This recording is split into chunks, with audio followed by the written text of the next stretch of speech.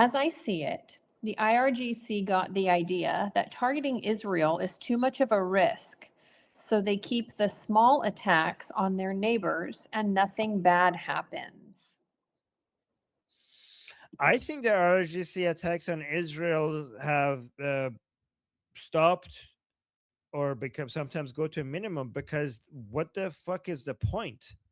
It doesn't it doesn't produce the damage that they're hoping for, and they like. So here's the thing: why are they? Why is one of the main reasons? There are multiple reasons why they're hitting the UAE. Okay, but one of them is because they need to show their pro-regime people that we are, you know, fucking up Zionists, right? So in their mind, the best way to say that, look at this, we're devastating the Zionists, is to shoot missiles at Israel. But what videos come out of Israel? Like, oh my god, this car is on fire. Oh my god, this parking lot is on fire. Like they keep on trying to show like, oh, we devastated Israel, but um it doesn't produce the videos required to show that they have been successful. Meanwhile, the UAE is sitting right next to them, closer, with less defense, so much closer. So, guys, the proximity is very important.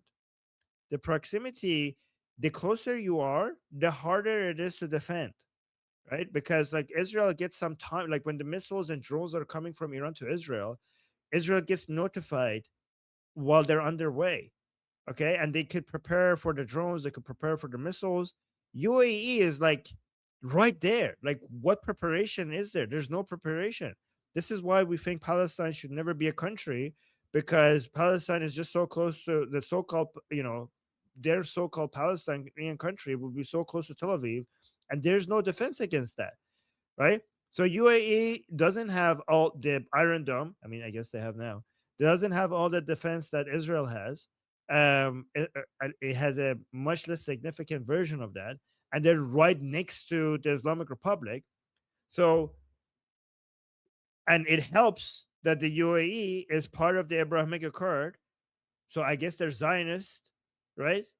UAE is like from the Islamic Republic's perspective, is that UAE is just basically an Arab version of Zionism. It's an extension of global Zionism. So yeah, we are so causing a lot of devastation to UAE will be perceived by regime supporters as devastating global Zionism, right? And this is why they have this word global Zionism instead of just Zionism, so that they could, attack people who are not Zionists and call it attacking Zionism, right? And also UAE is considered like a US ally, and it's the most hostile towards the Islamic Republic as well. So it's a win-win. And it's a way. Another thing is that benefits the Islamic Republic by targeting UAE. I mean, there's a lot of things that hurts them because they attack the UAE, including the fact that they just lost all their financial institutions that they used to use as a loophole around the sanctions that all went through the UAE. They lost all of that. But another benefit is that the UAE has lobbying power over the United States. So they were hoping that attacking the UAE will make the UAE lobby United States to, like, I don't know, cut it out, I guess. But that didn't happen. It actually backfired. The UAE is now one of the most aggressive countries to try to be against the Islamic Republic. But however, also the UAE having the Prime Minister Netanyahu in the UAE, and also UAE thanking Prime Minister Netanyahu for the Iron Dome, and also saying that this would never be forgotten. And even getting the Iron Dome from Israel basically shows the Islamic Republic, makes the Islamic Republic's propaganda work, because they say like, see, we told you these motherfuckers are Zionists. So like, oh, I guess we are devastating Zionists. I guess so it gives the regime supporters the it helps with the propaganda that we're actually winning, because they can't win against Israel, they can't win against the US bases in the region, they can't win against US Navy in the region, so they go with the UAE, which produces better results. We Iranians call it zaif kushi, which means killing the weak. So you just go find the weakest person available to you and you just target your forces on that.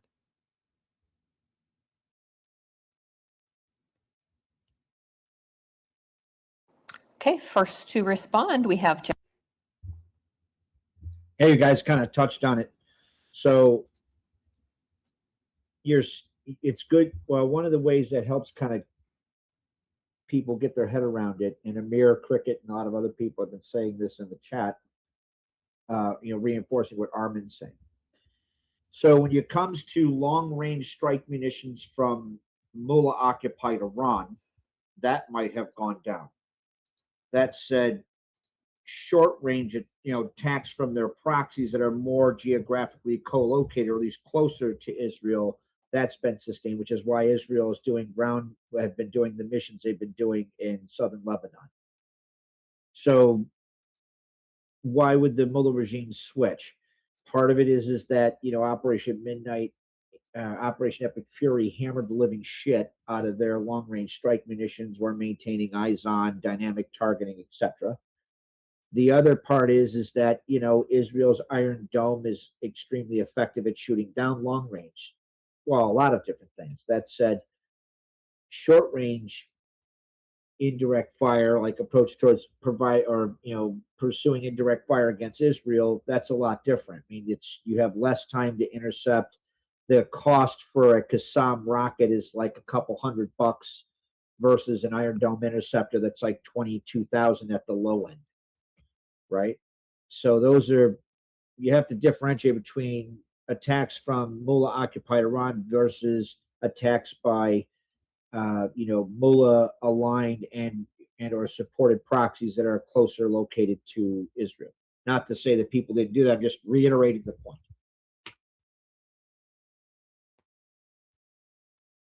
My name is Armin Navabi. I'm an Iranian political analyst with decades of experience fighting the Islamic regime inside and outside of Iran. Make sure you follow me for more, and also make sure you join our discussion group. I'm there almost every single day.